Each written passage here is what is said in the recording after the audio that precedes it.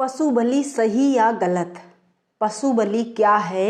इस्लाम धर्म, यहूदी धर्म, ईसाई धर्म और हिंदू धर्म में पशु बलि को कैसे देखा जाता है? आज के वीडियो में इन सभी धर्मों की पशु बलि प्रथा पर विस्तार से चर्चा करूंगी। नमस्ते, आप सभी का अभिवादन करती हूँ। चैनल पर नए हैं तो ऐसी और भी वीडियो के लिए प्लीज़ चैनल को सब्सक्राइब जरूर करें, वीडियो को लाइक और शेयर करें। इस्लाम मानने वालों के लिए शनिवार से ईद उल अजहा यानी बकरीद या कुर्बानी का त्यौहार शुरू हो गया है। इस दिन मुस्लिम धर्म के लोग उस कहानी को पढ़ते हैं जिसमें पैगंबर इब्राहीम अपना बेटा अल्लाह को कुर्बानी में देना चाहते थे, लेकिन अल्लाह ने उन्हें रोक कर कहा कि वो बेटे के बजाय भेड़ की कुर्बानी दें। माना जाता है कि पैगंबर इब्राहीम ने एक दिन सपना देखा कि अल्लाह ने उनसे कहा है कि वो उनके प्रति अपनी वफादारी साबित करने के लिए अपने बेटे इस्माइल की बलि दें। पैगंबर इब्राहीम ने इस सपने को अल्लाह का संदेश माना और अपने बेटे से इसके बारे में बात की। उनके बेटे ने कहा कि उन्हें अल्लाह के आदेश का पालन करना चाहिए। जब इब्राहीम अपने अल्लाह के लिए बेटे की बलि देने ही जा रहे थे, अल्लाह ने उन्हें रोक लिया। अल्लाह ने कहा कि उनका इरादा इम्तिहान लेने का था और बेटे की कुर्बानी देने की कोई ज़रूरत नहीं है। अल्लाह ने उन्हें एक भेड़ दी और कहा कि वो बेटे के बजाय इस पशु की कुर्बानी दें। कुर्बानी देने की ये परंपरा इस्लाम धर्म के उद्भव से पहले से चली आ रही है। दुनिया भर में मुसलमान धार्मिक भावनाओं के कारण अलग अलग तरह के पशुओं की बलि देते रहे हैं। पारंपरिक तौर पर अगर किसी व्यक्ति के पास उसकी ज़रूरत से अधिक संपत्ति होती है तो बलि देना बाध्यकारी होता है, लेकिन अब ये भी समझ लेते हैं कि यहूदी, ईसाई और हिंदू धर्म में पशु बलि को कैसे देखा जाता है। इस्लाम के इतिहास, यहूदियों और ईसाइयों के इतिहास में काफ़ी समानता देखने को मिलती है। ब्रिटेन के लियो बैंक कॉलेज में अकादमिक सेवाओं के प्रमुख रब्बी गैली कहते हैं कि यहूदियों के धर्म ग्रंथों में कई तरह की बलियों का जिक्र है। इसके लिए विशिष्ट समय और विशिष्ट जगह का भी जिक्र मिलता है। वो आगे कहते हैं कि आजकल हम लोग बलि देने की इन सब प्रथाओं का पालन नहीं करते, क्योंकि जिन जगहों पर बलि दी जाती थी वो अब वहाँ पर मौजूद नहीं है। बलि देने की बजाय हम अपनी प्रार्थनाओं में बलि की बात याद करते हैं।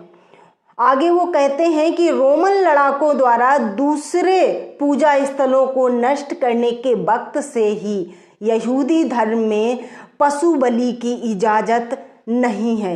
कई लोगों का मानना है कि इस पर हमेशा के लिए रोक लग गई है, जबकि कई लोग ये भी मानते हैं कि मसीहा का अवतार होने के बाद इस परंपरा को फिर से मनाने का चलन शुरू होगा। यहूदियों के लिए टेम्पल का अर्थ उस टेम्पल माउंट से है जो यरूशलेम में हुआ करता था और यहाँ आज के दौर में अल अक्सा मस्जिद खड़ी है। यहूदी लोग अपनी प्रार्थना में एक बार फिर टेम्पल बनने की कामना करते हैं। उनका मानना है कि जब टेम्पल एक बार फिर बन जाएगा तो वो यहाँ पशु बलि दे सकेंगे। टेम्पल ना होने के कारण अधिकांश यहूदी पशु बलि की परंपरा का पालन नहीं करते, लेकिन समरियाई जैसे कुछ समूह अभी भी पास ओवर त्योहार के दौरान इस प्रथा का पालन करते हैं। वहीं कुछ और समूह पशु की कीमत जितनी रकम दान में देते हैं। बलि चाहे भेड़, भैंस या फिर बकरे की हो, वो जानवर बलि के लिए धार्मिक तौर पर उपयुक्त यानी कोसर होना चाहिए। हिब्रू भाषा में कोसर का मतलब होता है तैयार या खाने के लिए उपयुक्त होना चाहिए। वो खाद्य पदार्थ जो यहूदियों के आहार से जुड़े नियमों के अनुसार होते हैं कोसर खाद्य पदार्थ ही कहलाते हैं। बलि के इतिहास के बारे में डॉक्टर आर्टसन कहते हैं केवल उन्हीं जानवरों की बलि दी जा सकती थी जो खाने योग्य हों। कुछ को बलि की वेदी पर जला दिया जाता था तो कुछ को पुजारी के परिवारों को दे दिया जाता था और कुछ को बलि देने वाले लोग और उनके परिवार के लोग खुद खाया करते थे। वक्त के साथ बलि देने की प्रथा कम होती गई, लेकिन अभी भी मीट खाना कई त्योहारों का अहम हिस्सा बना हुआ है। पशु बलि के लिए यहूदियों के अलग अलग तरह के धार्मिक अनुष्ठान हैं और ये बलि के उद्देश्य के हिसाब से अलग अलग होते हैं। पहले यहूदी धर्म में 3 धार्मिक त्योहार होते थे जो पशु बलि के लिहाज से महत्वपूर्ण माने जाते थे। ये त्योहार थे पेसह यानी कि पासओवर, साबोत यानी कि सप्ताहों का त्योहार और सुक्कोट यानी कि झोपड़ियों का त्योहार। रबी गैरी कहते हैं कि यहूदी 9 वर्ष जिसे रोश हसनाह कहा जाता है और योम किपुर यानी कि प्रायश्चित का दिन जैसे अन्य त्योहारों में भी पशु बलि दी जाती थी। यहूदी धर्म ग्रंथों में पैगंबर अब्राहम की कुर्बानी की कहानी भी मिलती है, हालांकि इनमें पशुओं की बलि देने का आदेश बाद में आया था और ये यहूदियों के लिए थोड़ा अलग था।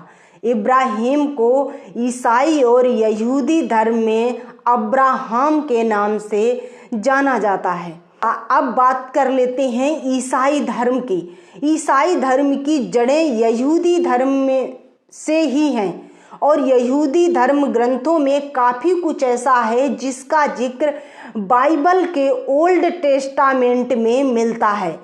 बांग्लादेश के ढाका में मौजूद कफरूल कैथोलिक चर्च के पादरी डॉक्टर प्रशांतो टी रिबेरो कहते हैं ओल्ड टेस्टामेंट की किताबों में खासकर लेविटिकस 17 और ड्यूटरोनोमी में विस्तार से बताया गया है कि पशु बलि कैसे दी जाती थी। अलग अलग त्योहारों में अक्सर सवेरे या शाम को पशु बलि दी जाती थी। उस समय नकारात्मक प्रवृत्तियों के लिए माफी या पछतावे के लिए पशु बलि दी जाती थी, लेकिन धार्मिक तौर पर इस प्रथा का पालन करना खत्म हो गया क्योंकि यीशु मसीह की मौत को सबसे बड़ी बलि के रूप में देखा जाता है। यीशु मसीह को ईसाई धर्म में ईश्वर के मेमने के तौर पर देखा जाता है। डॉक्टर रिबेरो कहते हैं कि बलि के लिए कोई धार्मिक प्रावधान नहीं है, लेकिन कई मामलों में अगर कोई ईश्वर से वादा करता है या फिर उनसे कोई मन्नत मांगता है तो वो बलि देता है। इस तरह अलग तरीके से पशु बलि दी जाती है।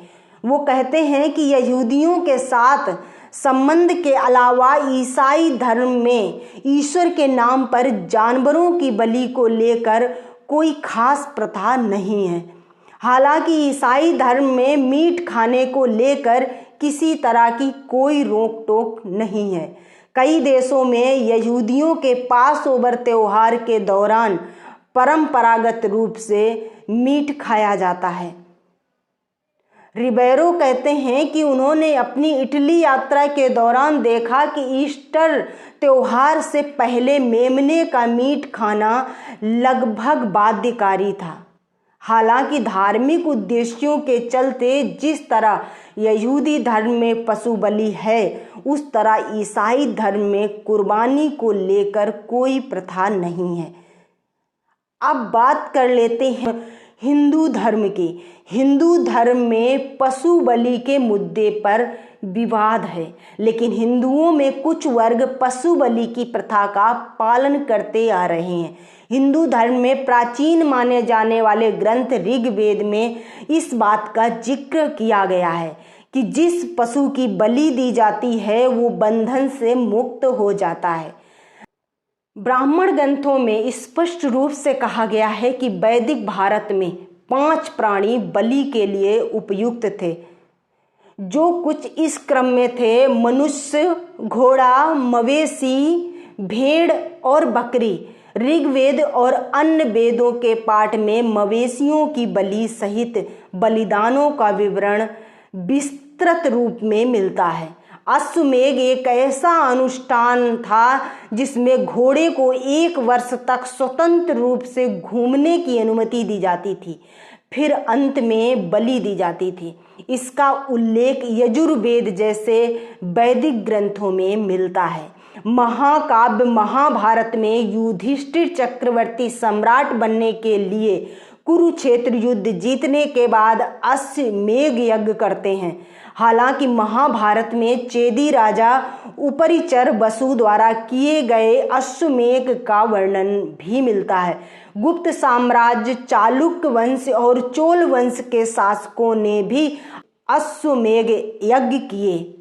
भारत और बांग्लादेश के कई हिस्सों में दुर्गा पूजा और काली पूजा जैसे धार्मिक अनुष्ठानों के दौरान पशु बलि दी जाती है। हिंदुओं की कई धार्मिक किताबों जैसे रामायण और महाभारत और पुराण जैसे पवित्र ग्रंथों में पशु बलि का जिक्र मिलता है। पशु बलि भारत में प्राचीन वैदिक युग का हिस्सा थे और पुराणों जैसे शास्त्रों में इसका उल्लेख मिलता है। माना जाता है कि 500 ईस्वी पूर्व से लेकर 1500 ईस्वी पूर्व तक पशु बलि सामान्य हुआ करती थी। बलि दिए गए पशु का मांस पहले ईश्वर को चढ़ाया जाता था, जिसके बाद भोज में लोग उसे खाते थे। हालांकि आधुनिक भारत में पशु बलि की प्रथा को लेकर जानकारों की राय अलग अलग है। कुछ प्राचीन मंदिरों में आज भी पशु बलि देने की प्रथा बची हुई है। बांग्लादेश में ठाकेश्वरी और भारत में त्रिपुर सुंदरी, कामाख्या और काली घाट काली मंदिरों का उदाहरण के रूप में देखने को मिलता है। देवी भागवत पुराण और कालिका पुराण, साथ ही शैव और शाक्य आगम दोनों में पशु बलि की सलाह दी गई है। आज भी आदिवासी परंपराओं में पशु बलि मजबूती से मौजूद है। हालांकि व्यापक स्तर पर आधुनिक भारत में पशु बलि की प्रथा की कोई जानकारी नहीं है। डॉक्टर चक्रवर्ती कहते हैं कि हिंदू धर्म में पशु बलि की आधुनिक प्रथाओं की वजह अक्सर आत्मसंतुष्टि, प्रतियोगिता और भोग विलास से होता है, ना कि उसका आध्यात्मिक महत्व है।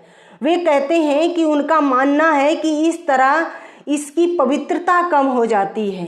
भारत में कई समूहों ने स्वेच्छा से विभिन्न मंदिरों में पशु बलि पर रोक लगा दी है और ये समूह धार्मिक उद्देश्यों से पशु बलि पर प्रतिबंध लगाने का समर्थन करते हैं।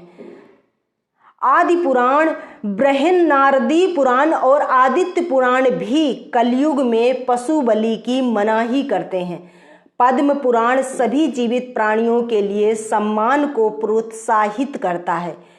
6वीं शताब्दी से 7वीं शताब्दी में लिखे गए भागवत पुराण में भी श्री कृष्ण लोगों को वर्तमान युग यानी कि कलयुग में पशु बलि नहीं करने के लिए कहते हैं। हिंदू धर्म ग्रंथ ब्रह्म वैवर्त पुराण इस कलयुग में अश्वमेध यज्ञ में अश्व बलि को मना करता है। श्रीलंका में हिंदुओं के पशु बलि देने पर प्रतिबंध लगाया गया है। नेपाल में कई लोगों ने स्वेच्छा से त्योहारों के दौरान पशुओं की बलि बंद कर दी है। पूर्व में हिंदू राज्य का हिस्सा रहा नेपाल अब एक स्वतंत्र सार्वभौम गणतंत्र है। यहाँ पशु बलि पर प्रतिबंध नहीं लगाया गया है। आज के वीडियो में इतना ही। बने रहिए हमारे साथ। मिलती हूँ अगली वीडियो में। ऐसी और भी वीडियो के लिए चैनल को सब्सक्राइब करें, वीडियो को लाइक और शेयर करें। धन्यवाद।